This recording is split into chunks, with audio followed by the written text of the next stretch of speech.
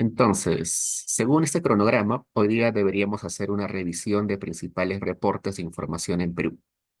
Resulta que la mayoría de investigación en seminario de investigación, en tesis, en nuestra universidad, son investigaciones sobre la economía peruana.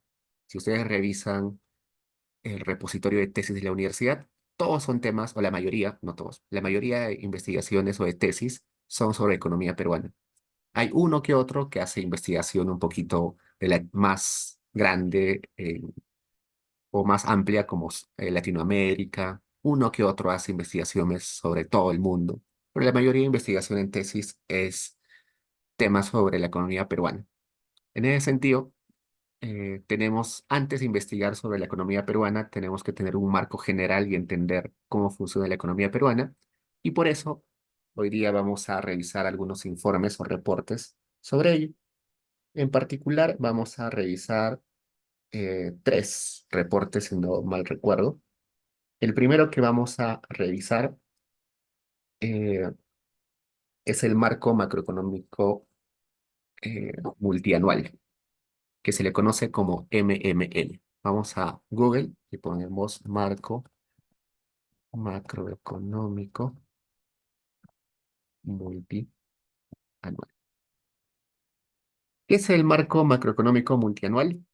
Es un reporte que publica el Ministerio de Economía y Finanzas, un reporte bastante extenso que se actualiza o que se publica 2 veces al año. No es que sea un reporte distinto, solamente que se actualizan algunos datos durante el año, por eso se publican 2 veces al año. Y es un reporte sobre los principales indicadores macroeconómicos del Perú. eh, que, ¿Y por qué se llama multianual? Se llama multianual porque en base a la información del Perú, de la economía peruana en el último año o en los últimos años, se plantea cómo se debería actuar en los siguientes años, ¿no? Por eso se llama multianual. Hay que saber cómo funciona la economía peruana para luego, para que luego el Ministerio de Economía y Finanzas tenga una noción de cómo debe actuar en los siguientes años.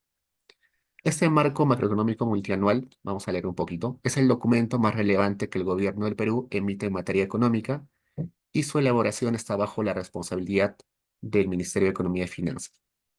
Este documento contiene las proyecciones macroeconómicas y los supuestos en los que estas se basan por un periodo de 4 años, ¿no? Entonces, multianual porque hace predicciones o proyecciones para los siguientes 4 años. Ah, ¿Qué más? Bueno, acá hay algunos detalles legales, ¿no? El marco macroeconómico multianual tiene como base legal este decreto, pero lo que acá me interesa es lo siguiente. Bueno, lo tiene que aprobar el Consejo de Ministros, pero también tiene algo que ver el Consejo Fiscal. ¿Qué es el Consejo Fiscal? El Consejo Fiscal es un grupo de economistas. Vamos a poner acá, Consejo Fiscal. Es un organismo en el Perú que en realidad es bastante reciente, no existía hace algunas décadas. Vamos a poner acá Consejo Fiscal. Hoy en día los que dirigen el Consejo Fiscal son estos economistas: Carlos Oliva, Waldo Mendoza, Alonso Segura, José Valderrama y Carolina Trivelli. Este Consejo Fiscal, como su nombre lo dice, es un grupo que da opinión, pero no ejecuta cosas. Da opinión sobre si el Ministerio de Economía y Finanzas está haciendo bien las cosas. Entonces, el Ministerio de Economía y Finanzas arma su marco económico multianual. En ese marco hace proyecciones y según esas proyecciones se toman decisiones económicas. Por ejemplo, se toman decisiones sobre endeudamiento, se toman decisiones sobre cuánto se gasta en cada sector económico, se toman decisiones si se van a dar bonos a las personas, se toman decisiones sobre si se va a aumentar o bajar impuestos. En base a esa información del marco macroeconómico, se toman decisiones. Pero esas decisiones están basadas en supuestos. Esos supuestos que van a estar explícitamente explicadas en el marco tienen que ser revisadas por el Consejo Fiscal. El Consejo Fiscal agarra el marco macroeconómico y dice, estos supuestos están bien hechos, estos supuestos están mal hechos. Entonces da una opinión y según esa opinión, el Ministerio de Economía y Finanzas rearma o a veces ignora la opinión, en otros casos acepta la opinión y reestructura sus proyecciones. Por ejemplo, hace algunas semanas el Consejo Fiscal salió a criticar al Ministerio de Economía y Finanzas. Si vieron un poquito de noticias, lo que hizo el Ministerio de Economía y Finanzas es pedir adelanto de utilidades del Banco de la Nación. El Banco de la Nación es una empresa eh, pública, una empresa que pertenece al gobierno y como una empresa, como cualquier empresa, tiene que dar utilidades a sus dueños, ¿no? Entonces el Banco de la Nación, eh, su dueño es el gobierno del Estado peruano. Entonces lo que hizo el ministro de Economía es pedir un adelanto de utilidades. ¿Para qué pedía un adelanto de utilidades? Para que el déficit fiscal no, para que el déficit fiscal no sea grande en este año y así no se incumpla las reglas fiscales. Cuando hizo eso el Ministerio de Economía y Finanzas, salió el Consejo Fiscal y dijo que eso estaba mal, que no se debería hacer porque se estaba maquillando la contabilidad nacional. Entonces, eso es lo que hace el Consejo Fiscal, da opinión sobre lo que hace el Ministerio de Economía y Finanzas. Solamente da opinión, no puede hacer nada más, no puede ejecutar, no puede tomar decisiones de gasto, nada, solamente da opinión. Y este marco macroeconómico multianual, exactamente por eso tiene que estar aprobado o tiene que estar revisado por el Consejo Fiscal. Entonces veamos, acá dice, puede tener acceso a los pasados reportes acá. Veamos, hay que abrir esto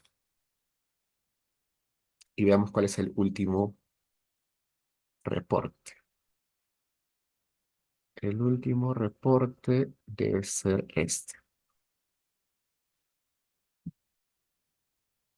Este es el marco macroeconómico multianual 2021-2024 que se publica eh, pero luego de varias observaciones, actualización de información, se, eh, se presenta el informe actualizado, ¿no? Por eso es que les digo que se presenta el marco 2 veces al año. Siempre hay dos informes, ¿no? El informe inicial y el informe actualizado. Vamos a ver este del 2024-27, creo que es el que hay que ver ahora. Déjenme ver cuál es el que tenemos que ver ahora. Mm, Tenemos que ver este. En un segundo.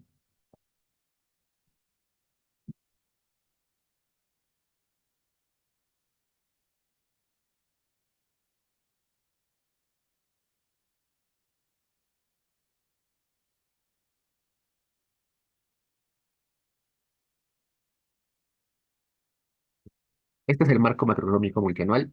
He abierto ¿dónde está? Este marco macroeconómico multianual. Y como se dan cuenta, es bastante extenso. Tiene 262 páginas. Es bien largo. Tiene información del panorama internacional, panorama local, el PBI, el crecimiento económico, finanzas públicas, riesgos macrofiscales, todo esto. Como es muy largo, solamente vamos a ver las diapositivas resumen. Les voy a pasar un link por el chat para que puedan abrirlo. En ese link está simplemente las diapositivas, que es un resumen de realidades marco macroeconómico multianual. Entonces, veamos. Vamos a ver algunos cuadros, no todos, y son los cuadros más importantes. Vayamos a la página 12, 13 y 14. Acá, 2. Acá está. Inflación, un gráfico de inflación. ¿Qué sabemos sobre la inflación en el Perú? Sabemos que en el Perú la inflación, bueno, que el Banco Central tiene la obligación, tiene el deber de mantener la inflación dentro de un rango meta, ¿no? En el caso del Perú, el rango meta de está graficado en, en este gráfico, ¿no? En esta imagen. Si queremos saber más sobre la meta de inflación, vamos al BCR, a la página del BCR, y acá nos dice, ¿no? Inflación 12 meses. La inflación para diciembre del 2023 era 3,24%. El rango meta, acá me aparece, ¿no? 1 a 3. ¿Qué más? A ver, denme un segundo,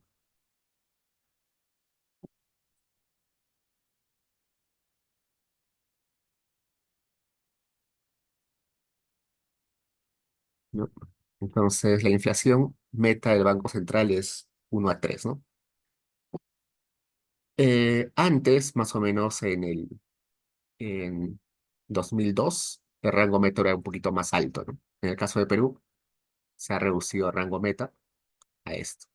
Y como todos sabemos, la inflación en los últimos meses ha estado bastante alta, ¿no? Acá tenemos que se ha superado excesivamente el rango meta, llevando 27 meses por encima de lo que se quería que esté la inflación, ¿no? Algo que llama la atención es esto. ¿Cómo se define la inflación? En el caso del Perú, la inflación se define como la variación anual del índice de precios al consumidor de Lima Metropolitana. Eso es interesante. ¿Por qué Lima Metropolitana? Resulta que los precios no son homogéneos a lo largo del territorio peruano. Es común de que los productos tengan precios distintos en diferentes regiones o en diferentes territorios.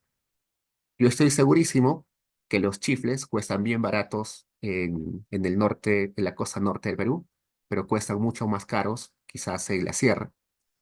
Yo estoy seguro que la papa debe costar mucho más caro en Lima que lo que cuesta en Cusco. Yo estoy segurísimo que el choclo cuesta muy caro en San Isidro que lo que cuesta en el Valle Sagrado del Cusco. Entonces, los precios en realidad cambian y son distintos. Y la variación de precios también es distinto. Por ejemplo, cuando el limón sube, sube mucho, el precio del limón sube, el precio del limón sube más lento en la costa norte y en la costa central, pero en la sierra el precio del limón crece mucho más rápido. Entonces, para evaluar la inflación, hay que fijarnos en los precios estandarizados en Lima Metropolitana para tener una referencia. ¿Se podría estandarizar en otra región o en otro territorio? Sí, pero como el Lima eh, es la ciudad más grande y tiene la mayor cantidad de población, se utiliza la Lima Metropolitana como referencia.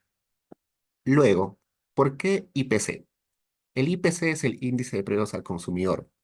Es un índice que nos dice cómo son los precios de un conjunto de bienes que son consumidos por los hogares promedios en el Perú. Es decir, este IPC solamente contiene bienes que las familias consumen. Es decir, contiene las verduras, contiene la vestimenta, contiene la carne, contiene, no sé, la mermelada, contiene los pasajes de bus, contiene, mm, no sé, el panetón que han comido en diciembre, el pavo, todo eso. No están todos los bienes de la economía, solamente están los bienes que un hogar promedio consume. ¿Cómo sabe el Estado qué bienes consumen los hogares? Mediante la ENAU, ¿no? Mediante las encuestas que hace el INEI. El INEI hace una encuesta en todo el Perú y pregunta a los hogares qué consume frecuentemente en su hogar. Y según eso, eh, el INEI arma una canasta, arma un conjunto de bienes que son consumidos por los hogares peruanos. ¿Un hogar peruano consume o compra submarinos? No, entonces no está en el IPC. Un hogar peruano consume, no sé, eh, mercurio, consume láminas de cobre. No, no, eso lo consumen las fábricas, lo consumen algunas empresas grandes, pero las familias no lo consumen directamente. Entonces, esos bienes no están en el IPC. Eh, Se podría sacar inflación de todos los bienes, una inflación que considere todos los bienes de la economía, que considere el precio de los helicópteros, de los submarinos, de las láminas de cobre. Sí, y también lo calcula el Banco Central. Esa inflación se conoce como la inflación calculada desde el deflactor del PBI. Pero eso no le interesa mucho, esa inflación no le interesa mucho al ciudadano promedio. Lo que le interesa al ciudadano promedio es cómo varían los precios de la canasta que consume su familia regularmente. Ya por eso es IPC.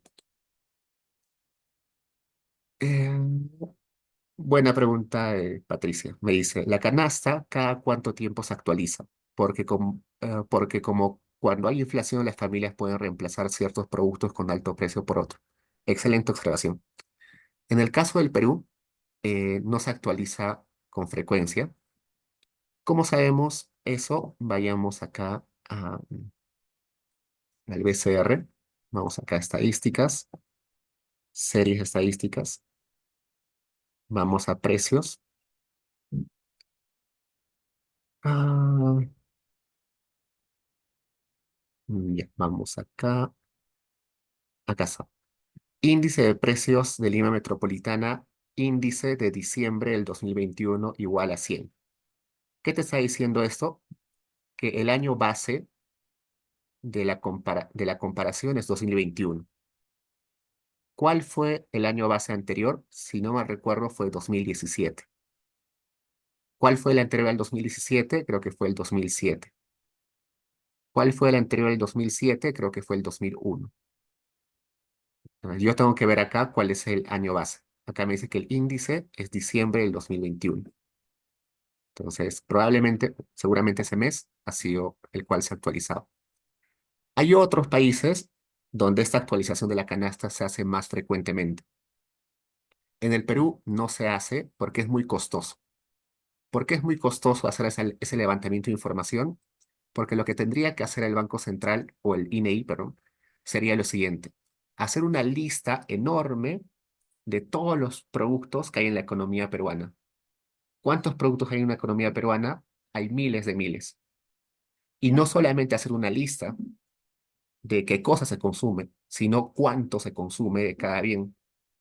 Y no solamente eso, sino hacer una lista también con sus precios en cada uno de los mercados para luego estandarizarlo a precio de Lima. Entonces, el INEI debería saber cuánto cuesta el tomate e ir a cada mercado y preguntar cuánto está el tomate. Y con los precios de varios mercados, estandarizar el precio de Lima Metropolitana. Entonces, es bien complicado hacer esa lista porque es una lista enorme donde no solamente está qué bienes están en la canasta, sino también qué bienes, cuánto es el consumo de esos bienes y cuánto cuestan esos bienes. Por eso es que es raro de que en el Perú al menos es bastante raro que se actualice. En otros países se actualiza mucho más rápido. ¿Sí? Pero muy buena pregunta. Eh, Exactamente. El PBI, el IPES, el deflactor del PBI sirve para calcular la inflación de todos los bienes de la economía. Ustedes han visto seguro que el deflactor del PBI es, vamos a escribir acá. ¿Dónde está? Ustedes se acuerdan que el deflactor del PBI, el año, por ejemplo, 2021, es igual al PBI nominal, ¿no? Muy bien. Nominal del 2021 entre el PBI real del 2021. El deflactor del PBI de un año es la división de PBI nominal entre PBI real. Eh, Hagamos un año anterior. El deflactor del PBI del 2020 es PBI nominal del 2020 entre PBI real del 2020. Y si nosotros recordamos, el PBI real de un país El PBI real solamente considera aumento de producción, no considera aumento de precios. El PBI nominal considera aumento de producción y a la vez aumento de precios. Entonces, lo que estoy acá tratando de hacer con el deflactor es sacar cuánto aumenta el PBI considerando los precios, eh, sin ver cuál es el efecto de los precios sobre la economía, sobre el PBI nominal, ¿no? Si yo hago lo siguiente, resto PBI del 2021, pero deflactor del PBI del 2021 menos deflactor del PBI del 2022, y eso lo divido entre, ¿dónde está? Entre el deflactor del PBI del 2020, y eso lo multiplico por 100%. Vamos a ponerlo más bonito, ¿sí? Sí, deflactor, todo esto entre,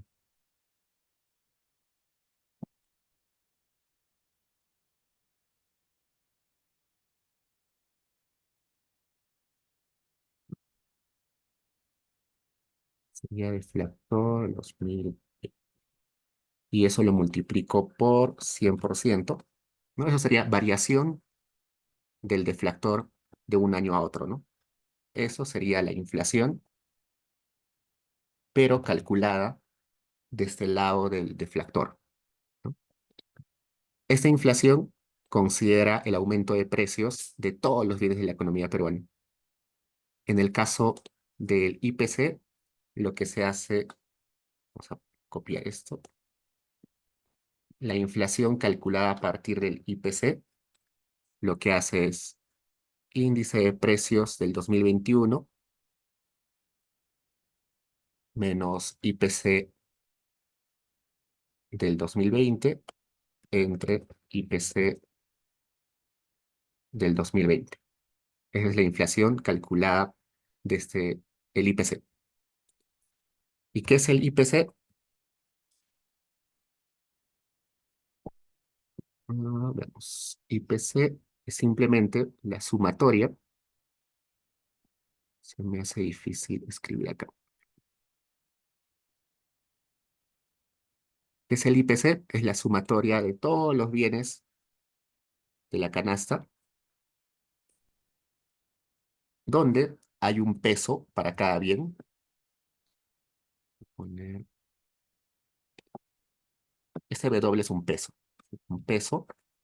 Y, eh,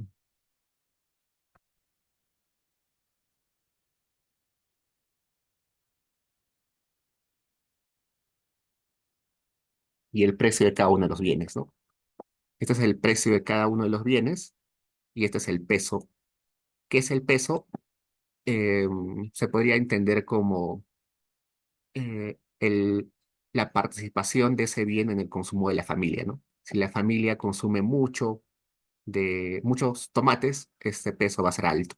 Si la familia consume mucha vestimenta, este peso de la vestimenta va a ser alto, ¿no? Entonces, hay inflación de diferentes tipos. Inclusive también hay inflación del índice de precios de los mayoristas, inflación IPM. ¿Qué es la inflación IPM? Es el aumento de precios de los bienes que compran las empresas en grandes cantidades, ¿no? Por ejemplo, no sé, las empresas textiles compran un montón de tela y compran camiones de tela. También compran tintes, compran camiones de tintes. Entonces, esa inflación por IPM, índice de precios de mayoristas, también se publica. Pero no nos interesa mucho, ¿no? Al consumidor promedio no le interesa mucho esto, tampoco le interesa mucho esto. Lo que le interesa al consumidor promedio es esto. Eso es lo que afecta eh, más a una familia promedio, ¿no? A la economía doméstica. Listo. Bueno, este gráfico, al parecer, si hacemos proyecciones, creo que ya estamos regresando al rango meta, así que la inflación ya está controlada. ¿Qué más? Vayamos acá. Regresemos un poco. Y acá tenemos, dice, hay un proceso importante de desaceleración estructural en la economía peruana. Desde el 2007, 2008 más o menos, el crecimiento del PBI ha ido cayendo. El crecimiento, ¿no? No es el que, no, el PBI no ha estado cayendo. Lo que ha estado cayendo es la variación de el crecimiento, la tasa de crecimiento del PBI. En el 2008 crecimos 7,3%. En el 2022 hemos crecido 2,23. Entonces, seguimos creciendo, pero crecemos mucho más lento, ¿no? Y es una característica de los países de Latinoamérica. Los países de Latinoamérica, durante los primeros 10 años del, desde el 2000 hasta 2010, han crecido bastante y hoy en día los crecimientos son bastante pequeños, ¿no? Se imaginan crecer 6,9, 6,5, 7, esas eran tasas de crecimiento enormes, inimaginables en países como el nuestro, ¿no? Pero gracias a algunos booms, crecíamos a ese nivel, ¿no?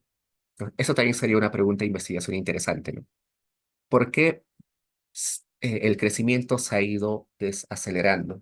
¿Qué, por actores externos o por decisiones internas? ¿No? Sería una bonita pregunta de investigación. Acá hay otro grafiquito que nos dice que la economía peruana fue afectada por choques climatológicos y conflictos sociales. Acá tenemos un gráfico desde enero del 2022 hasta junio del 2023. La variación del PBI real ha estado acá en rojo, menos 0,9, menos 0,6, menos 1,3, 1,3. ¿Qué sucede? Bueno, algo que hay que observar primero. Cuando hablamos de PBI, secamente, solo PBI, nos referimos a PBI real. ¿Por qué? Porque el PBI real es un mejor reflejo de bienestar que el PBI nominal. El PBI nominal podría estar creciendo mucho, muy rápido, pero eso no se refleja en el bienestar de las familias. Bueno, yo sé que hay una discusión de que el PBI en realidad no es un buen indicador, pero cuando el PBI nominal aumenta, puede ser por dos razones. Puede ser porque la producción aumenta o puede ser porque los precios de los bienes aumentan. ¿Por qué? Porque si nosotros recordamos, el PBI nominal es la sumatoria de todos los bienes en la economía, donde sumamos el valor de los bienes, ¿no? Que sería la cantidad producida de cada bien multiplicado por el precio de cada bien. Entonces, el PBI nominal puede aumentar porque aumenta la cantidad o porque aumenta el precio, pero que aumente el precio en realidad genera insatisfacción, ¿no? Si aumenta el precio de los bienes, no es bueno para el consumidor promedio. Que aumente la producción sí está bien, porque hay mayor disponibilidad de bienes. Al contrario, el PBI real solamente aumenta si aumenta la cantidad producida. ¿Por qué? Porque este precio que nosotros tenemos acá es un precio de un año base. Ese precio no cambia. Ese precio es fijo y se utiliza un año base. La única forma que aumente el PBI real es que aumente la producción, la cantidad disponible de cada bien. Por eso es cuando en los medios de comunicación o los reportes dicen PBI, nos estamos refiriendo al PBI real, porque es el que se utiliza para saber si está mejor la economía o estamos mal, ¿no? Entonces, estos gráficos de PBI todos son referentes al PBI real. El PBI nominal no se analiza tanto. Rara vez van a ver que se analice el PBI nominal. El real es el que se analiza. Ok, entonces acá tenemos este grafiquito Algo interesante del periodo que nos están mostrando acá es que el resto del mundo ha crecido mucho más rápido que la economía peruana. En este periodo donde estamos en rojo, donde hay decrecimiento económico, gran parte del mundo ha ido creciendo. Entonces, eso quiere decir que en realidad este mal desempeño no es por, no es por un contagio del resto del mundo, sino que tiene que ver con características de la economía peruana. Por eso que acá el Ministerio de Economía y Finanzas asume de que ese mal resultado ha sido por choques climatológicos, como los que suceden con el fenómeno del Niño y todo eso, con este fenómeno Yaku también, y por los conflictos sociales que se desencadenaron con, con la caída de Castillo y la juramentación de la nueva presidenta, ¿no? Entonces también sería interesante ver eso, ¿no? Preguntarnos si verdaderamente tiene que ver algo con los conflictos sociales o hay otros factores detrás. Ok, ahora saltemos a la página 21. Solamente les voy a mostrar los que son relevantes, ¿sí? Acá dice, en 2023 el PBI crecería 1.1, ¿no? Como sabemos, acabamos de cerrar el 2023, eh, pero los datos demoran en llegar.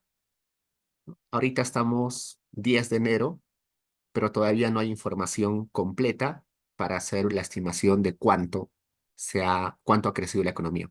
Usualmente ese proceso demora 1, 2 meses, a veces 3 meses. ¿Por qué? Porque hay que reunir mucha información. Ustedes seguro han visto en sus cursos introductorios de economía que para calcular el PBI hay tres formas, ¿no? El PBI de este lado del gasto, de este lado de la producción y de este lado vamos a poner acá, mejor escribir. El PBI de este lado del gasto, el PBI de este lado eh, de la producción y el PBI de este lado de los ingresos, ¿no? Este PBI de este lado de la producción también se le conoce como de valor agregado y en las tablitas del Banco Central va a aparecer como PBI de este lado sectorial, ¿no? Entonces, por ejemplo, para calcular el PBI de este lado del gasto, deberíamos saber cuánto gastan las familias, cuánto invierten las empresas, cuánto gasta el gobierno, cuánto exportamos y cuánto importamos, ¿no? Todo eso deberíamos saber, aportaciones netas, ¿no? Y acá también se le aumenta algunas cositas más que no vamos a entrar a detalle. Del PBI de la producción deberíamos saber cuánto valor agregado produce la agricultura, cuánto valor agregado produce el sector manufactura, cuánto valor agregado produce el sector servicios y todos los demás sectores, ¿no? De ese lado de los ingresos deberíamos saber cuánto tienen como ingresos en salarios las personas, remuneraciones, pagos de interés de las personas que prestan dinero, eh, si hay personas que alquilan sus bienes, cuánto le pagan por alquileres a las personas que tienen empresas, cuánto tienen de utilidades, no sé, las personas que tienen acciones, cuánto reciben por dividendos, aquellos que tienen bienes también reciben rentas, todo eso, ¿no? Y la información no es inmediata, ¿no? Por ejemplo, si yo quiero saber salarios, debería esperar saber la declaración de renta de los formales, debería saber y eso demora. Esto de dividendos también demora, esto de rentas también demora. Para saber la producción de la agricultura, manufactura, servicios, debería esperar a sus declaraciones a la SUNAT, que también demora. Para los gastos, debería saber cuál es la inversión, pero a veces no se reporta inmediatamente. Entonces, es un poquito lento tener toda esa información, Por eso es que acá solamente me dice que probablemente creceríamos 1.1, pero para saber con certeza hay que esperar algunos, algunas semanas. Ok, acá vemos el PBI. ¿Cómo ha variado el PBI en los últimos años? 2014, 2.4% de crecimiento, 2015, 3.3%, 2016, 4%, pero en el 2020 hemos caído -11%, ¿no? ¿Qué significa que una variación del PBI sea -11%? Quiere decir que ha habido destrucción o ha habido una reducción de la producción significativa, ¿no? Eso es un montón. Luego, en el 2021, ha habido un rebote y un crecimiento de 13.3%, que en parte se explica por el efecto rebote, ¿no? Cuando hay un año muy malo, el siguiente año se va a crecer bastante, como una recuperación por inercia, pero también parte de este 13.3 debe ser por características de ese periodo en sí. ¿Qué sucedió en el 2023 para que tengamos un crecimiento tan pequeño de 1.1? Y acá me da algunos factores positivos y negativos. Lo primero, mayor producción minera de Quellaveco. Como todos sabemos, el Perú es un país minero, es decir, gran parte del PBI del Perú depende de la minería. A comparación de otros países, eh, somos muy dependientes de la minería, pero hay otros que son mucho más dependientes. Por ejemplo, Chile, ¿no? Chile, si no mal recuerdo, depende del 60% eh, de la producción de cobre, ¿no? Si el precio del cobre cae un poquito, a Chile le va a recontra mal. Y en Chile es un poquito más drástico esto porque ellos no diversifican, no hay mucha diversificación en minerales. Ellos solamente producen cobre y muy poquito de otros minerales. En el caso de Perú todavía tenemos un cierto grado de diversificación.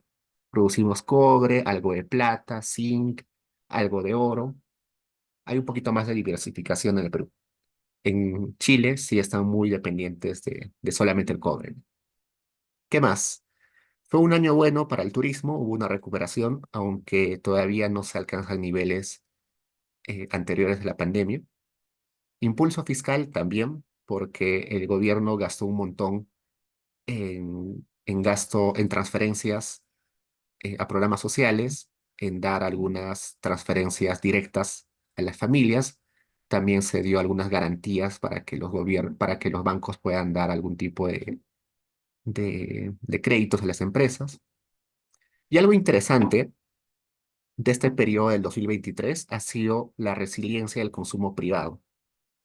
No sé si ustedes han dado cuenta, pero este último año, a pesar de que decíamos hay recesión, los centros comerciales se mantenían llenos, los restaurantes se mantenían llenos, los centros de recreación se mantenían llenos.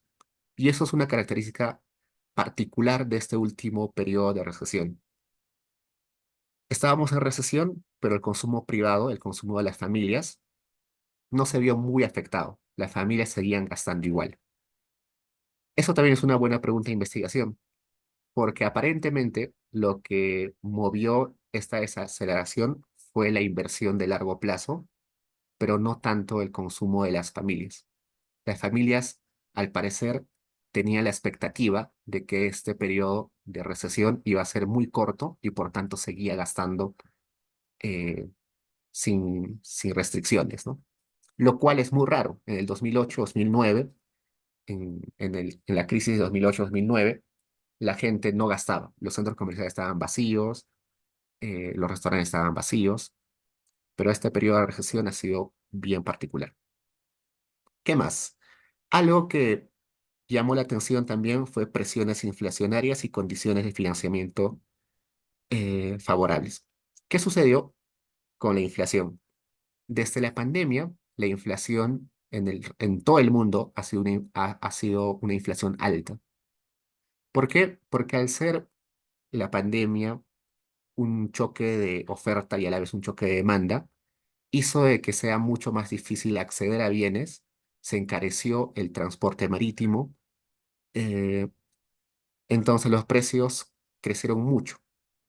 Y como el resto del mundo, como en el resto del mundo el petróleo aumentó de precio, los insumos aumentaron de precio, todos los bienes se vieron afectados. Entonces el Perú también se contagió de esa inflación y eh, como hay inflación alta, la receta económica te dice que cuando hay inflación alta, ¿qué hay que hacer? Aumentar la tasa de interés, ¿no? Entonces, como había inflación alta, el Banco Central, no solamente del Perú, sino muchos bancos, la mayoría de bancos centrales del mundo, al ver inflación alta, lo que hizo fue aumentar las tasas de interés de referencia. Ahorita estamos en 6,75, pero estuvimos por encima de 7% durante gran parte del último año. Esa tasa de interés de referencia, que está por encima del 7%, es carísimo. ¿Por qué? Porque los bancos comerciales, como el Banco de Crédito, Banco Scotiabank, todos ellos toman como referencia esta tasa de interés. Entonces, si el Banco Central tiene una tasa de interés de 7%, eh, el BCP tiene que tener un adicional de la tasa de interés para prestarle a sus clientes, ¿no? Entonces, el banco de crédito está cobrando en crédito hipotecario 13%, 14%, en crédito a las empresas 20%, 21%, en crédito en tarjetas de crédito al consumidor 50, 55%, ¿no? Entonces, un aumento de esa tasa de interés de referencia contagia a las demás tasas al público en general, ¿no? Tasas de crédito hipotecario, tasas de crédito de capital a empresas, tarjetas de crédito para el consumidor. Entonces, eso hizo que hay un canal interesante, ¿no? Vamos a regresar. La presión inflacionaria hizo que la tasa de interés de referencia aumente, eso hizo que las tasas a las cuales prestan los bancos crezcan, y si las tasas crecen, la gente empieza a consumir menos algunas cosas. Por ejemplo, este último año la gente compró muy pocos departamentos, muy pocas casas nuevas. ¿Por qué? Porque para comprar un departamento, una casa, lo que se hace habitualmente es endeudarse. Y como la tasa de interés de hipoteca era muy alta, entonces nadie compraba y el sector construcción estuvo en una época muy mala, ¿no? Ahora, con la inflación que está regresando a sus niveles normales, se espera de que se regrese, que el sector construcción, por ejemplo, recupere este año, ¿no? ¿Qué más? Fue un año malo porque hubo algunas señales del fenómeno del Niño. En particular, estas señales de que venía el fenómeno del Niño hizo que se cancele la, la, la, se- la pesca de anchoveta. ¿Qué sucede con la pesca de anchoveta? Los pescadores formales en el Perú no pueden simplemente sacar su barco y pescar lo que quieran. Hay cuotas de pesca y hay temporadas de pesca. Lo que hace el Estado es publicar y decir, estos meses, usualmente son 2 periodos al año de pesca, y se dice, durante estos periodos, que son algunos meses, los pescadores formales pueden salir a pescar y cada uno de los barcos solamente puede pescar tanta cantidad de toneladas de anchoveta. Si esa embarcación pesca más, comete un delito. Si esa embarcación sale a pescar fuera de este periodo de pesca, también comete un delito. Entonces, la producción de, de pescado depende mucho de la decisión del Estado de periodos de pesca y de la cantidad de cuota que puede pescar cada embarcación. ¿Y por qué el Estado canceló esos algunos periodos de pesca? No porque el Estado era malo, sino porque no habían las garantías de que la pesca sea sostenible. ¿A qué me refiero con que la pesca sea sostenible? Eh, durante, desde los años 70, el Perú se dio cuenta que pescar indiscriminadamente podía dejarnos en el futuro sin peces. El Perú es un país que tiene mucha cantidad de peces, pero la mayoría de esos peces son muy jóvenes. Si uno empieza a pescar peces jóvenes, lo que está haciendo es condicionar a que estos peces se reproduzcan en el futuro. Pero si pescas muchos jóvenes, estás condicionando a que tu pesca en el futuro, a tu cantidad de peces del futuro sea muy pequeña. Entonces, lo que hace el Estado es hace una estimación. A ver, veamos cuántos peces jóvenes hay en el mar, cuántos peces adultos hay en el mar. Y dependiendo a eso, va, eh, va dando el visto bueno a nuevas temporadas de pesca y a mayor cantidad de cuotas de pesca, ¿no? Como había el fenómeno del niño, lo que sucedió es que la mayor cantidad de peces eran muy jóvenes, entonces no se podía pescar. Luego, menor producción agropecuaria. Cuando hay cambio de clima, sobre todo por el fenómeno del niño del norte del Perú, la producción se reduce, ¿no? Hay más lluvias, lo que hace que se destruya parte de la producción, entonces nos va mal. Y también destrucción de infraestructura, ¿no? La mayor cantidad de lluvias hace que haya inundaciones, de que se malogren algunos puentes, de que las carreteras se vean, se vean obstruidas por algún huaico, entonces no se pueden sacar los productos. Luego, caída de la inversión privada. Esa también es una buena pregunta de investigación. ¿Por qué cayó la inversión privada? Muchos dicen que cayó la inversión privada por la confianza de los empresarios que no veían bien la situación política del Perú. Puede ser eso un factor. Puede ser que en el largo plazo vean que los rendimientos de capital en el Perú no sean buenos. Puede ser que vean que el Perú no es un buen receptor de inversión directa, ¿no? Hay que quizás ver esto. Y bueno, esto de conflictos sociales, el MEF ha estado diciendo en los últimos meses de que los conflictos sociales han sido un determinante de la caída del PBI. Otros economistas dicen que en realidad no es una causa, que el conflicto no genera la recesión, sino que al contrario, la recesión genera el conflicto. Entonces, sería interesante también ver eso, ¿no? A ver, vayamos ahora a la tabla o al gráfico 27. Bueno, un error del último ministro de Economía, Alex, fue eh, no reconocer que estábamos en recesión, ¿no? Mientras muchos economistas, entre ellos varios profesores del departamento, decían que estábamos en recesión, el ministro decía que no estábamos en recesión. ¿Y qué supone eso? Supone de que como no aceptamos el problema, no atacamos el problema. Si no sabemos que existe el problema, no actuamos para resolver el problema. Y eso es lo que sucedió eh, desde mitades del año anterior, ¿no? Sin embargo, luego de que el ministro reconoció de que estábamos en recesión, eh, empezó a plantear un paquete de varias acciones para revertir la situación, para reactivar la economía. Y el ministro lo llamó Compunche Perú. Lo Compunche Perú fue un paquete grande que se sigue implementando, donde se buscaba la reactivación de la economía familiar, la reactivación regional, la reactivación sectorial y principalmente la reactivación de las medianas y pequeñas empresas, de las MIPES.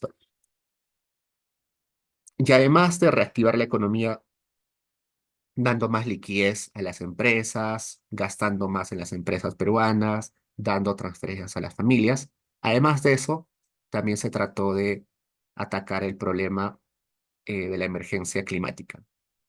Entonces, es frecuente que algunos gobiernos lancen campañas así grandes eh, para reactivar la economía, ¿no? Como acá se dan cuenta, todavía no se ha implementado todo el paquete.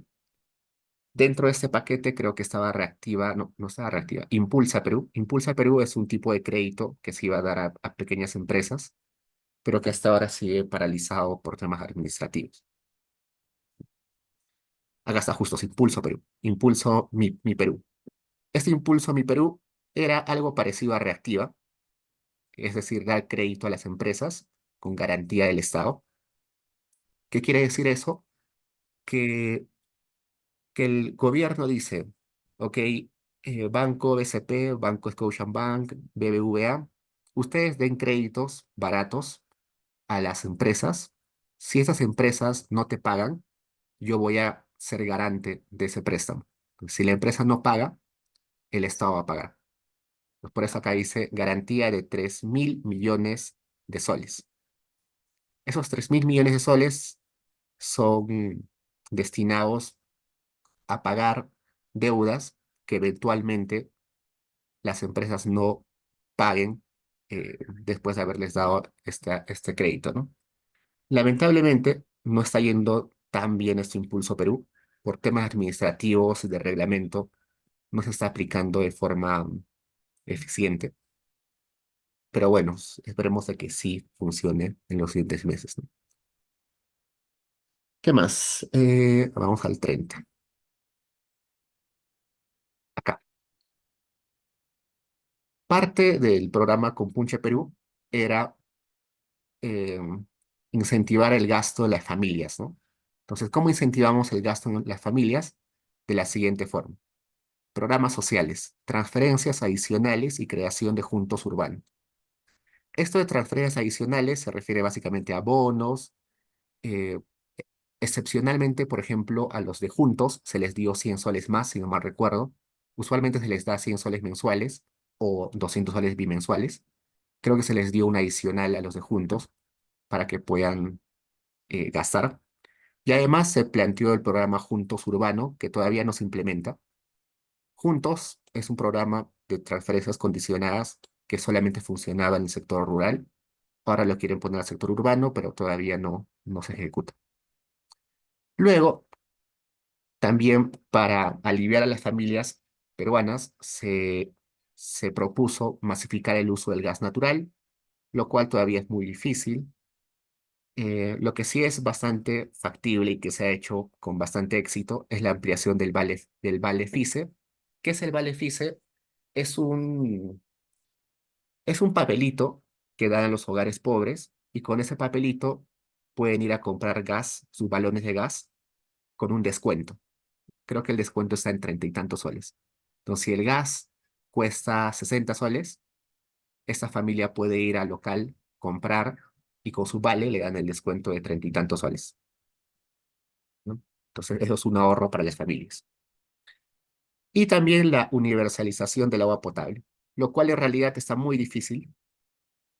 Todavía hay un porcentaje significativo de hogares que no tienen agua potable dentro de sus casas, pero es un problema más rural y de eh, asentamientos humanos recientes, ¿no? Donde la gente empieza a invadir, entonces se hace muy difícil llevar agua. Pero eso también es muy costoso. ¿Por qué? Porque los lugares donde no hay agua ahorita son lugares donde la población es muy pequeña y lugares muy alejados. Entonces el costo marginal de llevar agua a estos lugares alejados y poco poblados es muy alto. Por eso es que todavía no se hace con eficiencia. Luego se dio apoyo a los vasos de leche, ollas comunes y se dio kits de alimentos, ¿no? Se dieron unas cajas de alimentos, pero que ahora ya no van a funcionar. Solamente fue durante un periodo corto. También se dio empleo temporal y subsidio al empleo formal, algunos créditos educativos adicionales y algún apoyo a algunos sectores productivos. Entonces, ese es el plan Punche Perú, que el ministro lo vendió como un gran plan, pero como se dan cuenta, gran parte todavía no se ha implementado y eso que ya estamos en 2024. Eh, Veamos. Según el Ministerio de Economía y Finanzas, el Perú tiene dos grandes retos. Uno, que es estabilizar el ciclo económico, y otro que es impulsar el PBI potencial. ¿Qué quiere decir estabilizar el ciclo económico? Quiere decir que nuestro país es un país muy volátil. Tiene épocas donde crece mucho y hay épocas donde también decrece con mucha facilidad. Y eso está mal. Si ustedes van a estudiar el PBI de Estados Unidos, el PBI de Estados Unidos crece poco, pero crece sostenidamente y casi nunca decrece. ¿Eso qué quiere decir? Estados Unidos crece 1, 2% todos los años y casi nunca tiene decrecimiento. En cambio, en Perú tiene crecimientos de 7%, 8%, 5% y también tiene periodos de decrecimiento de 5, 6, 7, 10%. Es decir, avanzamos mucho, retrocedemos un montón. Avanzamos mucho, retrocedemos un montón. Eso no está bien. Lo que deberíamos buscar es tener crecimiento, aunque pequeño, pero sostenido. Eh, ¿Qué más? Bueno, y la historia peruana se ve claro eso, ¿no? Tenemos la época del guano, por ejemplo, donde el Perú crecía en 2 dígitos y luego se acaba el boom del guano y caemos en una época de recesión muy, pero muy pronunciada. Y luego impulsar el PBI potencial. ¿Qué es el PBI potencial? Es cuánto produciríamos si utilizaríamos potencialmente todos los factores productivos, ¿no? Si todos los peruanos estarían trabajando sus 8 horas, si todas las máquinas en el Perú estarían funcionando eh, a plenitud, si todas las tierras peruanas estarían cultivando, ¿no? Si todos los factores productivos en el Perú estarían funcionando a su nivel máximo, a su nivel potencial, ¿cuánto produciríamos, ¿no? A eso se refiere. Se puede decir también como la capacidad productiva del Perú, ¿no? Y el crecimiento del PIB potencial, al menos en el Perú, no es muy alto, ¿no? Se crece muy poco en PIB potencial. Bueno, acá saltemos un poquito esto. Buena pregunta, Jacqueline Patricia. ¿El PIB potencial es distinto al PIB de largo plazo? Teóricamente, eh, deberían ser distintos, pero en términos prácticos es lo mismo. ¿Por qué? A ver, ¿dónde tenemos esto? Ah, para esa pregunta, voy a explicarlo rápido, ¿sí? Cuando hablamos de PBI de largo plazo, usualmente hablamos de, en promedio, hemos crecido tanto por ciento en los últimos 30 años. Ese es el PBI de largo plazo, ¿no? Lo que usualmente decimos. El PBI potencial, en realidad, es una estimación de cuánto se debería producir. Ya, una explicación detallada de eso está en el reporte de inflación. Reporte de inflación. En las últimas páginas de reporte de inflación del BCR, te dice cómo se calcula el PBI potencial. Vamos a ver.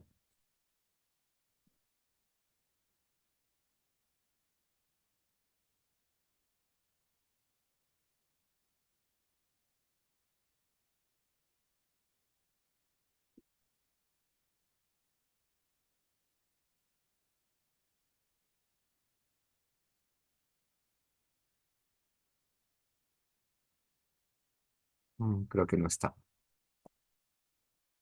Antes ponían hacia el final una tablita sobre ello.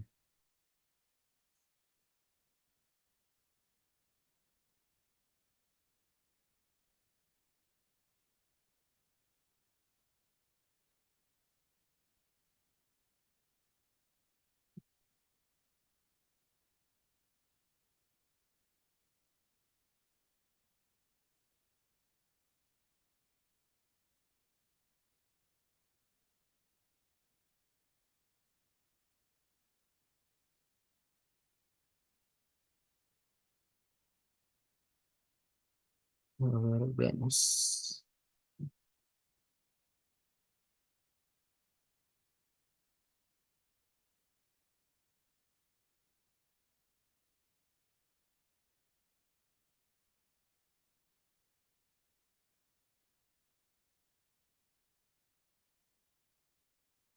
Ya, creo que no está. Pero a ver, vayamos acá. Lo que hace el Banco Central para hallar el PIB potencial es lo siguiente. Ustedes recuerdan que en micro o en macro uno, micro uno, ustedes sabían que la producción es igual a una función de L y K, ¿no? Entonces, nosotros podemos decir que el PBI es igual a una función donde tenemos mano de obra y capital. Si queremos saber el PBI potencial, entonces deberíamos saber la cantidad de, la cantidad potencial de trabajadores y también la cantidad potencial de capital. ¿Qué quiere decir esta cantidad de trabajadores potenciales?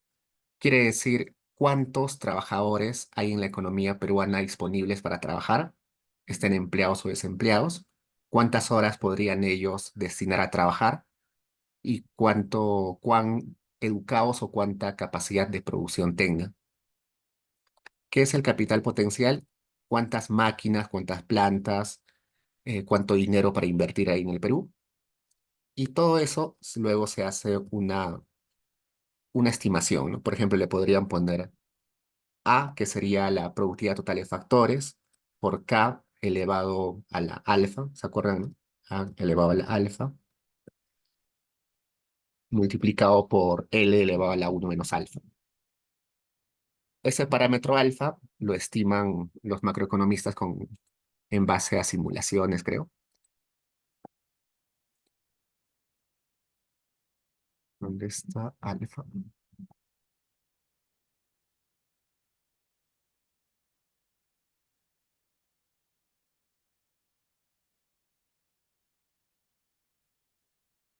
Eso lo meten a una computadora y sale el PBI potencial.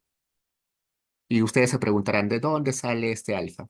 Ese alfa va a ser un parámetro que ya está estimado para el Perú. Hay algunas investigaciones que ya saben cuánto es ese alfa. ¿Cuánto es este A? Este A sería la productividad total de factores.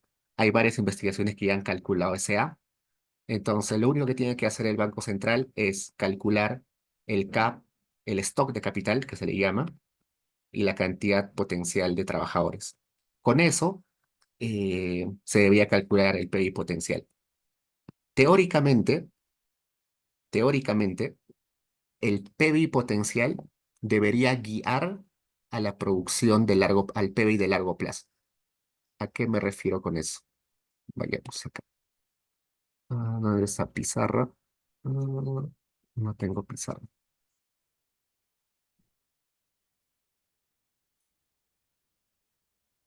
Lo haría en la tablet, pero ahorita estoy de viaje, así que no tengo la tablet a la mano.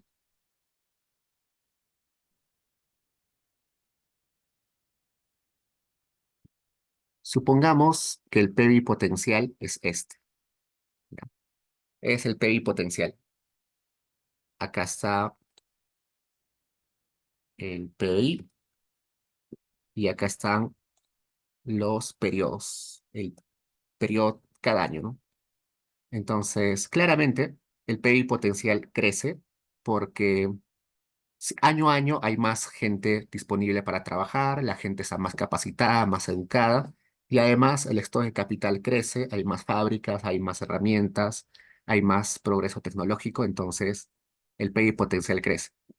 Teóricamente, el PIB que nosotros observamos debería, el PIB que nosotros observamos debería estar alrededor de esto.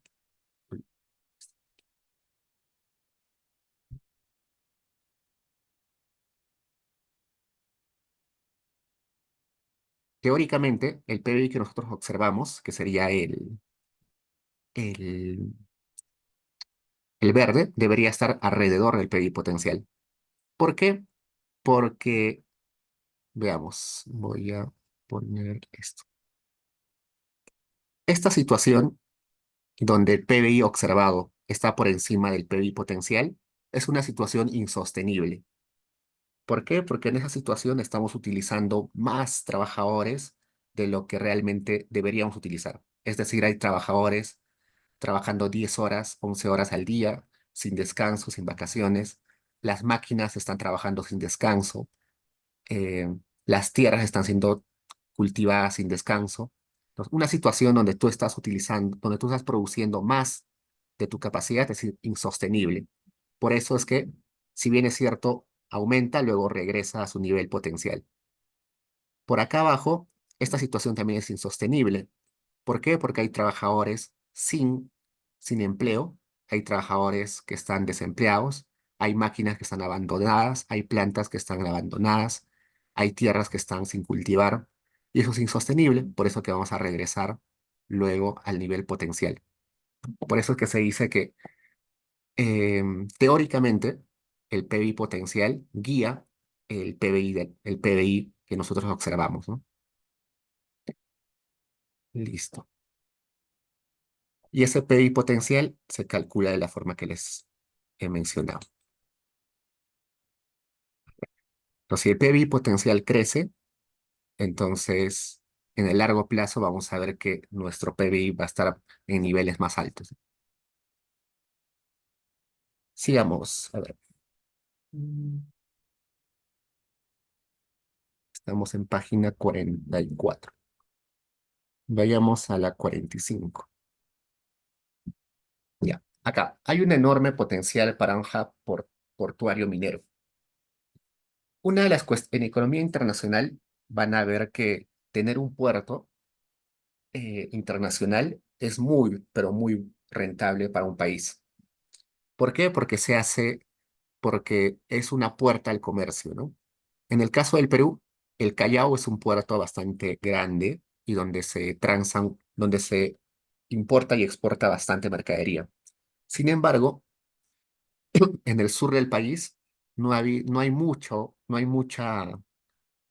comercio. Por ejemplo, tenemos los puertos en Ica, que son pequeños y que llega solamente mercancía de algunos países cercanos, pero no llega mercancía de países grandes como China. ¿Por qué? Porque los barcos que vienen de China, los barcos que vienen de Taiwán, todos ellos, son barcos gigantes, enormes, y la capacidad de esos puertos pequeños del sur del país no permiten que pueda estacionarse o descargarse en esos puertos.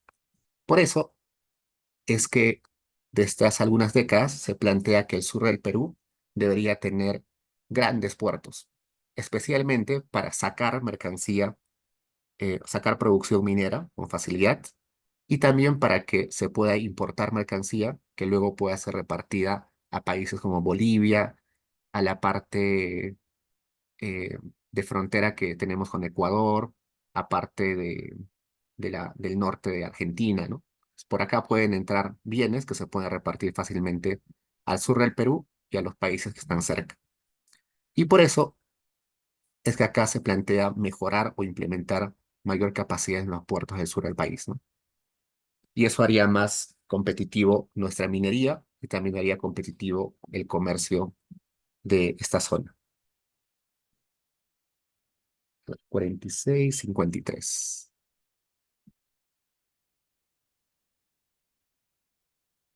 Bueno, otra cosa más, la OCDE. Como nosotros sabemos, la OCDE es un grupo de países desarrollados que se apoya entre ellos para compartir experiencias y para apoyarse en ciertas decisiones.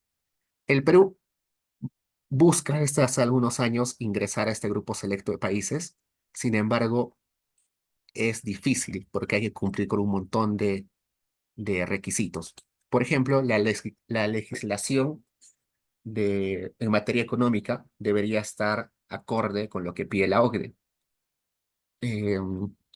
Las leyes en contra de los monopolios, en contra de los oligopolios, en contra del abuso de poder de mercado, tiene que estar alineado con la OCDE. El respeto a los contratos debe estar alineado con la OCDE. Entonces, para acceder a la OCDE hay que hacer un montón de reformas estructurales para ser aceptados, ¿no? Y estamos un poquito lejos de eso, pero el objetivo es entrar a ese grupo, ¿no?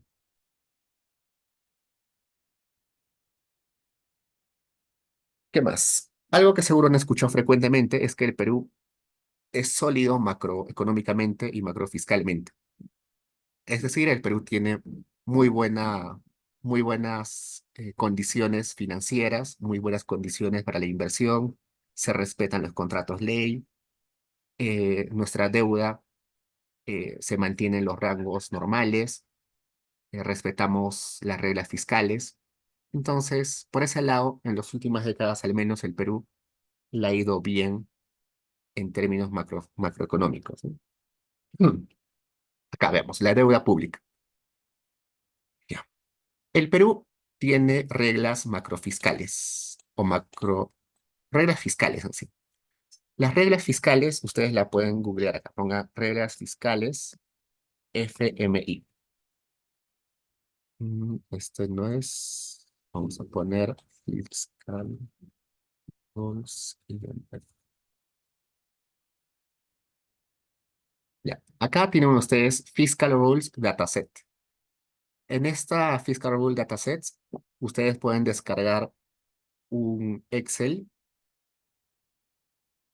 Acá está, Dataset, donde está la información de todos los países del mundo y qué reglas tienen que cumplir.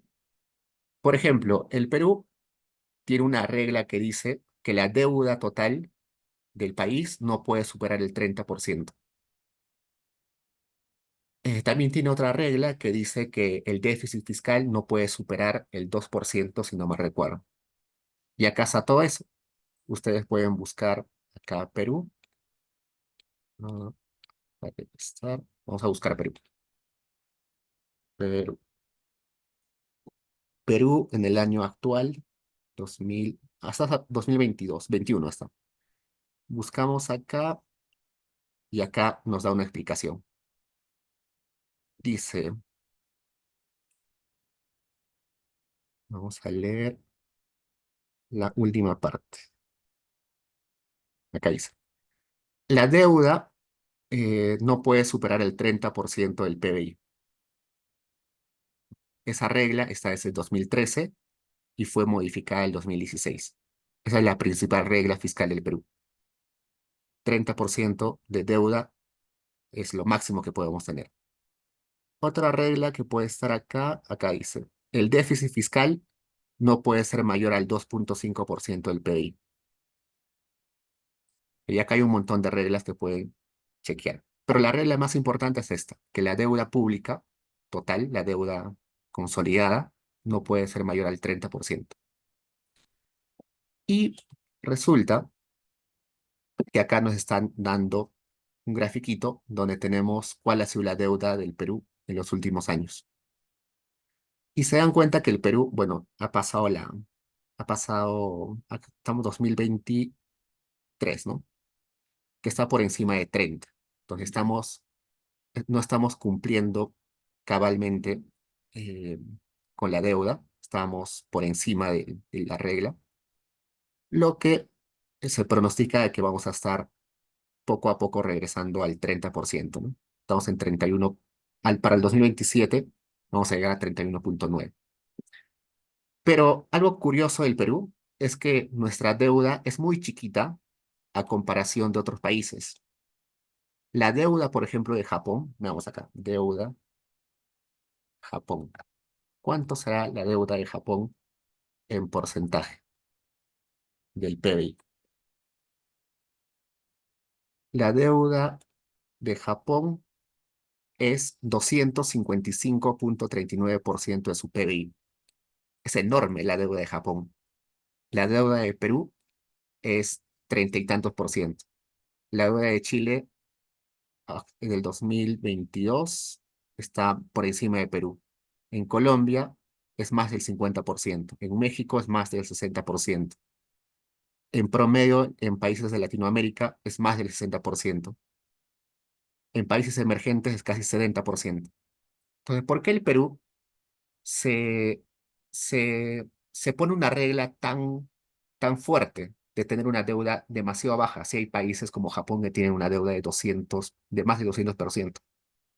Resulta que cuando nosotros pusimos la regla, éramos un país que no era bien visto internacionalmente. Entonces, para dar una señal al resto del mundo y decirle, resto del mundo, yo no estoy bien económicamente, sé que no me ven bien el resto del mundo, pero yo me comprometo a ponerme reglas bien estrictas para que ustedes vuelvan a confiar en mí. Y eso es lo que hizo el Perú. Se puso una regla bien fuerte a comparación de otros países para que confíen en él. Hay muchos economistas que dicen que deberíamos tener una regla de deuda un poquito más alta, 40, 50%. En particular, yo creo que también deberíamos aumentar esa regla, pero, eh, pero eso ya depende de decisiones del ministerio, ¿no? Listo. Entonces, eso también es una buena pregunta de investigación, ¿no? ¿Qué pasaría si tendríamos una regla de deuda mucho más alta? ¿Sería contraproducente o sería bien visto? Vayamos al 65.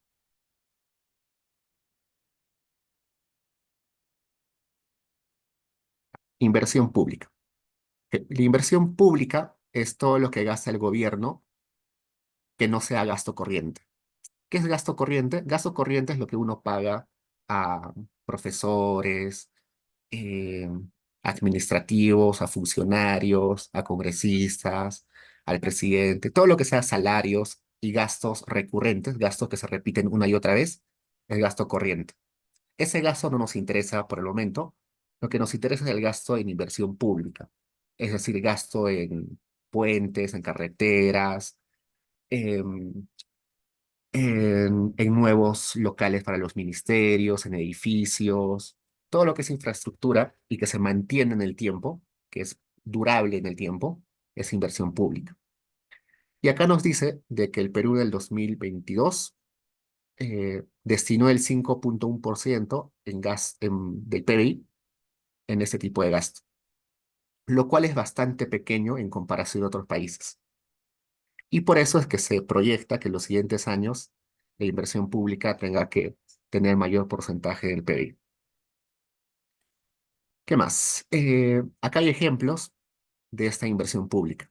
La creación de la línea 3 del Metro de Lima, la línea 2 del Metro de Lima, la carretera central, el proyecto Chavimochic, Majesihuas, que ya está en la segunda etapa, el tratamiento de la cuenca del lago Titicaca, el mejoramiento del Hospital 2 de Vitarte, la creación del Hospital Cajamarca de Salud, el mejoramiento del Servicio de Hospital 2 de Pasco. ¿No? Son los grandes proyectos donde se destina inversión pública. Y acá. Acá tenemos un gráfico de riesgos fiscales. La deuda pública está expuesta a diversos choques, por lo cual se requiere un manejo prudente de las cuentas fiscales. Entonces acá tenemos en rojito el escenario base. Si todo va perfecto, nuestra deuda pública, que ahorita está por encima del 32%, va a regresar a su regla de 30% para el 2032. ¿Qué podría ser que no, qué factores podrían provocar que no regresemos a ese rango? Puede ser que haya un choque del PBI, es decir, que la producción se desacelere por algún motivo. Puede ser que nos endeudemos más, puede ser que el tipo de cambio no sea desfavorable o un choque combinado. Entonces, lo que está haciendo acá el MEF es decir, yo voy a cumplir con esta regla, pero existen tales riesgos que pueden hacer que mi deuda crezca, ¿no? Acá, por ejemplo, llegamos a una deuda de 42%. Esto mismo, haciendo simulaciones, se puede convertir en esto, ¿no? Es decir, lo que está en rojo intenso acá es lo más probable.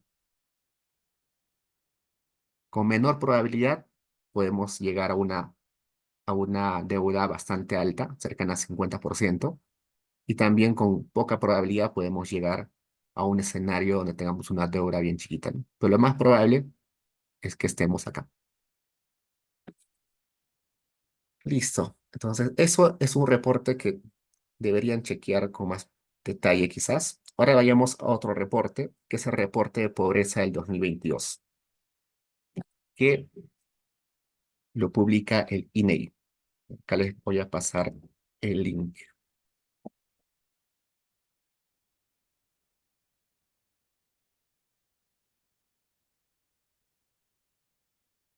Todos los años, el INEI, el Instituto Nacional de Estadística e Informática del Perú, publica un reporte de pobreza. En el Perú, la pobreza se calcula desde el lado del gasto y a nivel de hogares. ¿Cómo se calcula? De la siguiente forma. Se hace lo siguiente.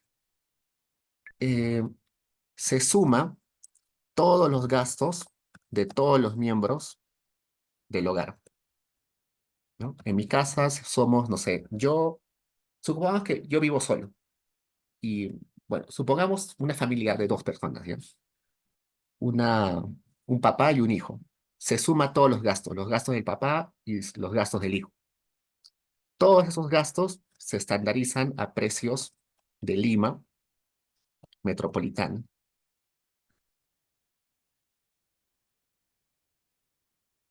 Esa suma de gastos se divide entre la cantidad de miembros del hogar y también se divide entre 12 meses.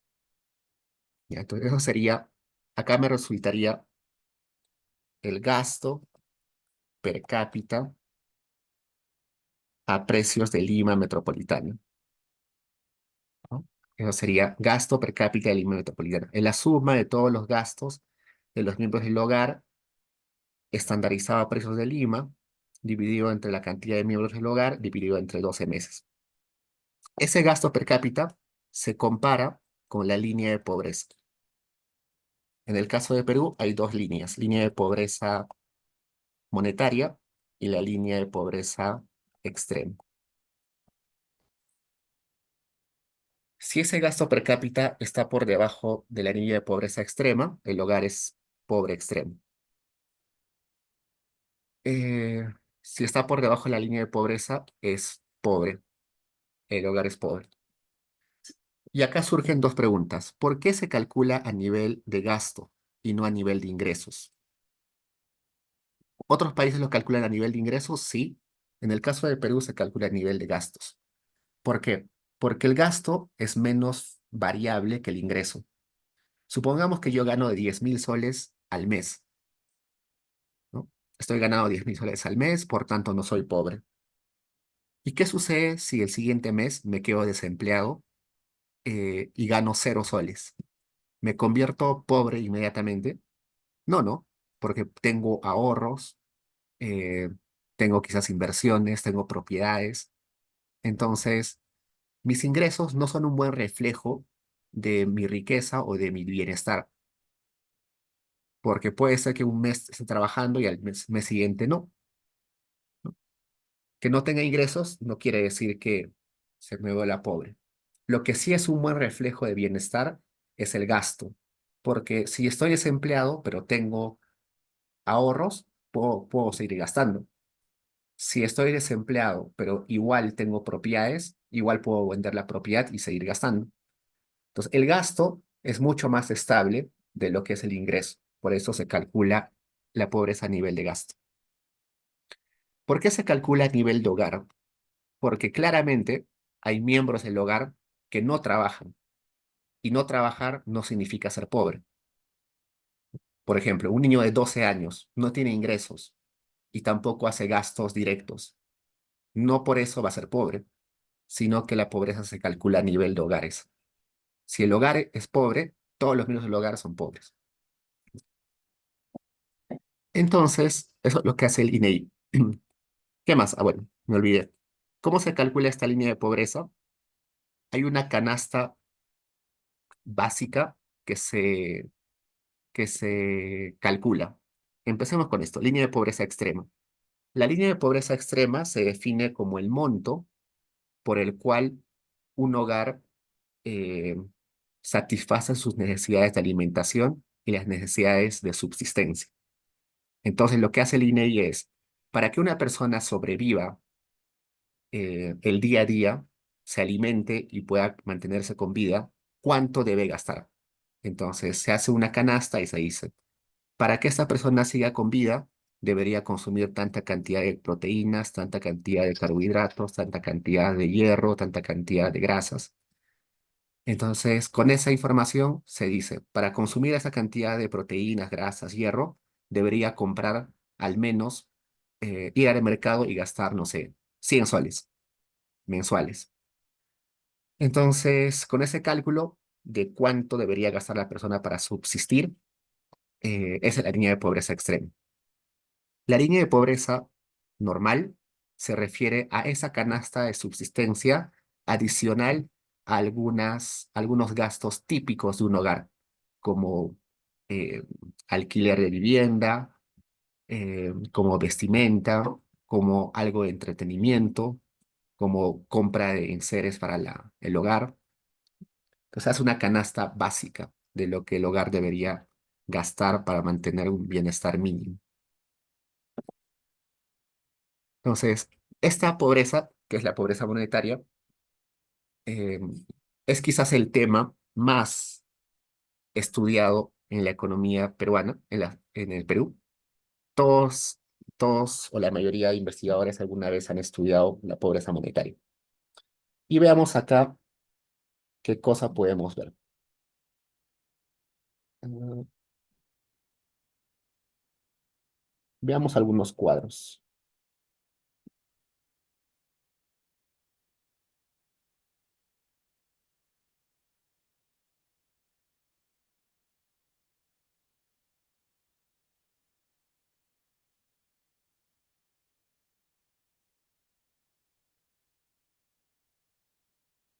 Veamos la pobreza según eh, área de residencia.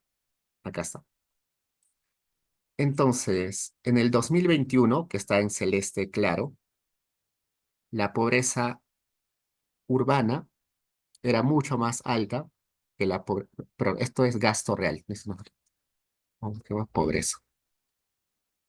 Entonces, gasto.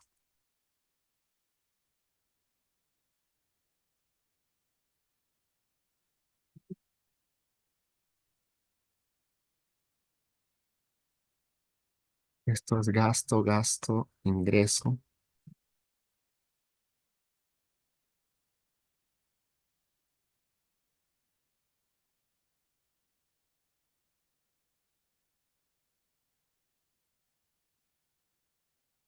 Va.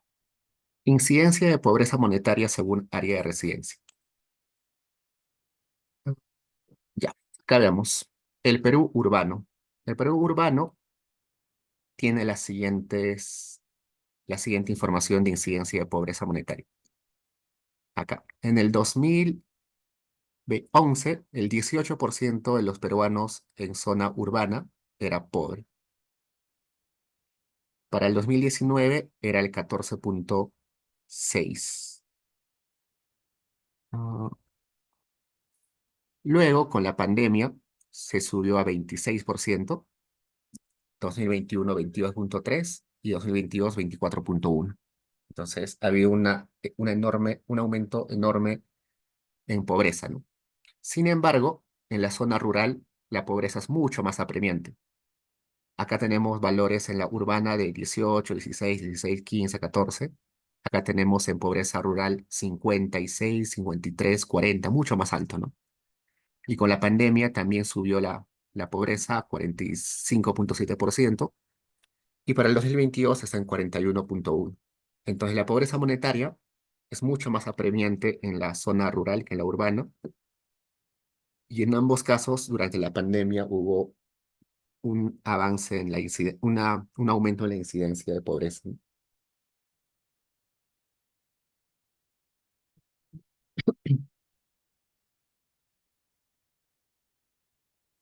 Según región natural, al parecer en la sierra hay mayor pobreza que en la selva y en la costa, ¿no? En la costa, sobre todo porque hay aglomeración de grandes ciudades, la pobreza es menor. Acá lo pueden separar por dominio geográfico, por eh, departamentos. Esto ustedes ya lo chequean con más detalle. Solamente queremos que sepan que existe este reporte. Otro reporte que pueden también ustedes revisar es el reporte de condiciones de vida.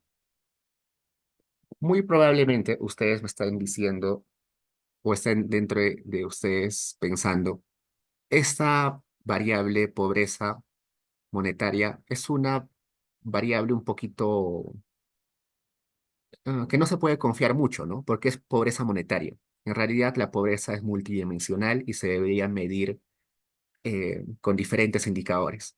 Y está bien, por eso es que el INEI propone otras formas de acercarnos a las privaciones.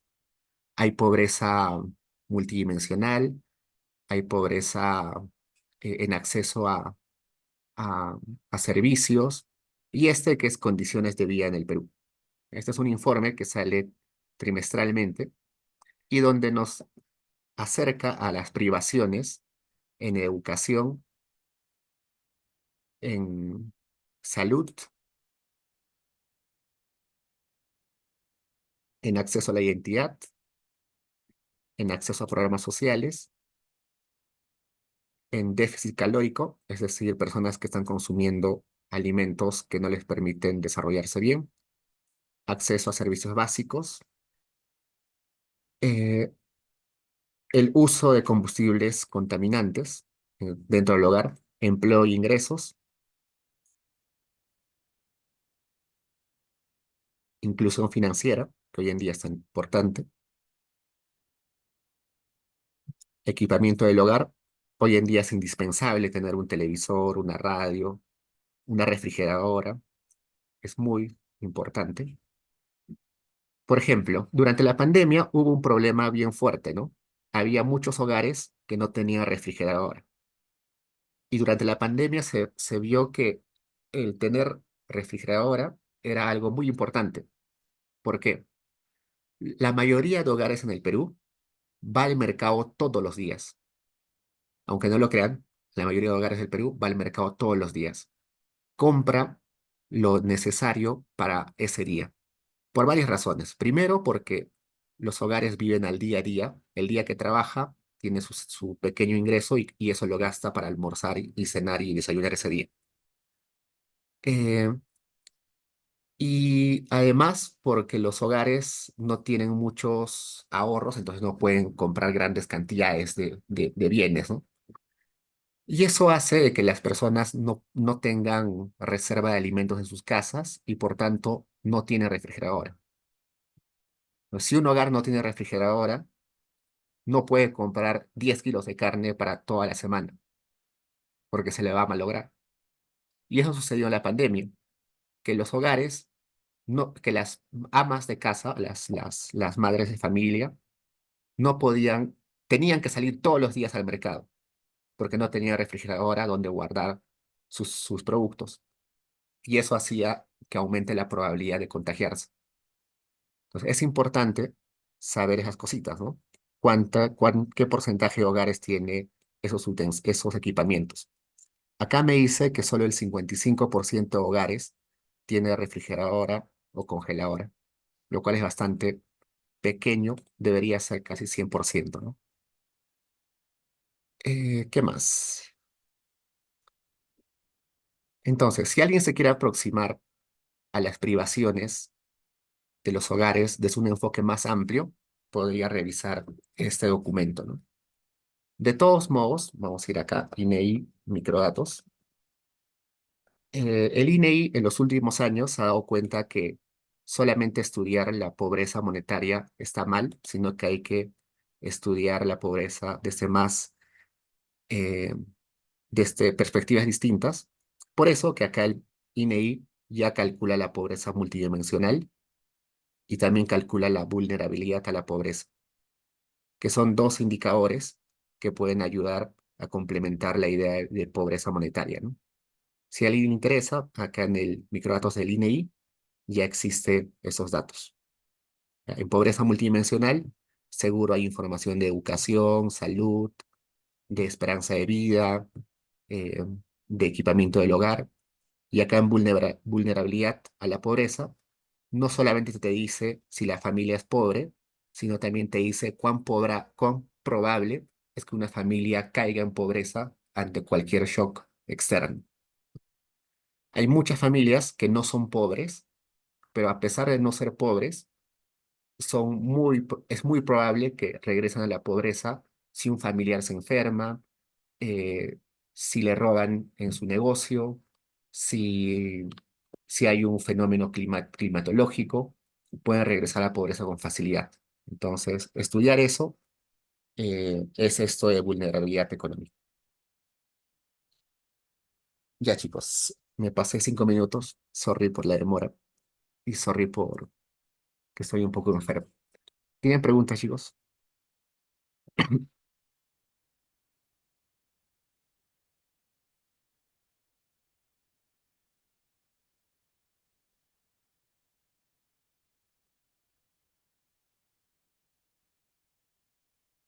Sí, voy a subir el link, no te preocupes. Al Paideia lo voy a subir.